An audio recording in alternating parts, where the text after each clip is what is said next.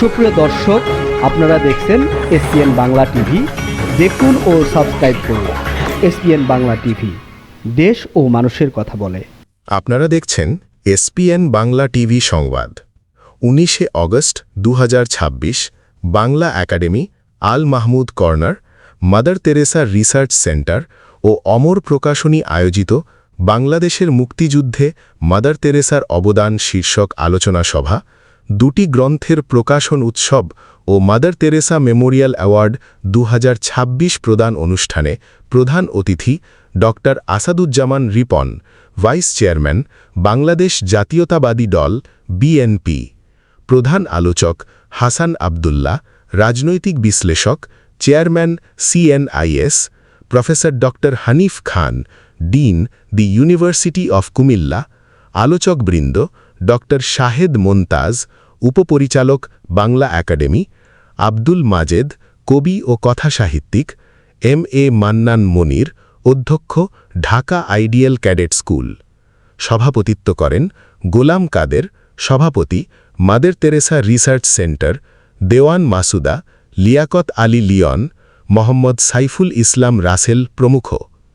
আলোচনায় প্রধান বক্তারা বলেন, বাংলাদেশের মুক্তিযুদ্ধ শুধু একটি ভূখণ্ডের স্বাধীনতার ইতিহাস নয়, এটি মানবতা ও অধিকার প্রতিষ্ঠারও একটি গুরুত্বপূর্ণ অধ্যায়। মুক্তিযুদ্ধের সময় বিপন্ন ও অসহায় মানুষের পাশে দাঁড়িয়ে মাদার তেরেসা যে মানবিক দৃষ্টান্ত স্থাপন করেছিলেন তা বাংলাদেশের ইতিহাসে বিশেষভাবে স্মরণীয়।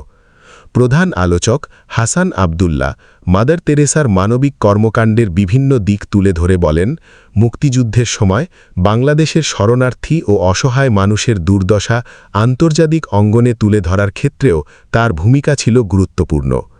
মানবতার প্রতি তার দায়বদ্ধতা আজও সমাজের জন্য অনুকরণীয়। এসপিএন বাংলা টিভি দেখুন, লাইক করুন, শেয়ার করুন ও সাবস্ক্রাইব করুন। আমাদের সঙ্গে থাকুন। সাংবাদিক আজিজুল হক মিন্টুর প্রতিবেদন দেখুন, বক্তব্যে কি বলছে শুনুন।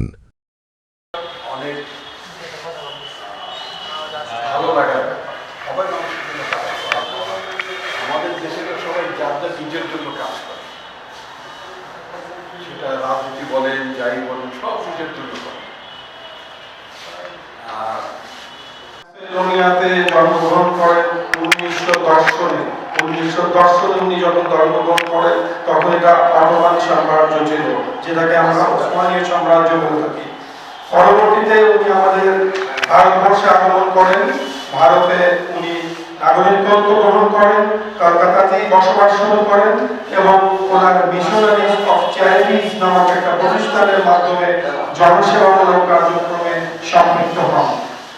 এই জনহিতৈষী ব্যক্তিত্ব পরবর্তীতে নোবেল পুরস্কার পান, মোস্ট প্রবাবলি 1978 or 79, যতটুকু আমি মনে করতে পারি।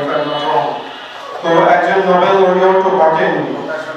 এই মহিষী ব্যক্তি কিভাবে আমাদের মহান মুক্তিযুদ্ধে যদিও উনি একজন উচ্চ করে সরকারি কর্মকর্তা, সম্প্রতি গিয়ে রিটায়ারমেন্টে গেছেন, দুদকের পরিচালক।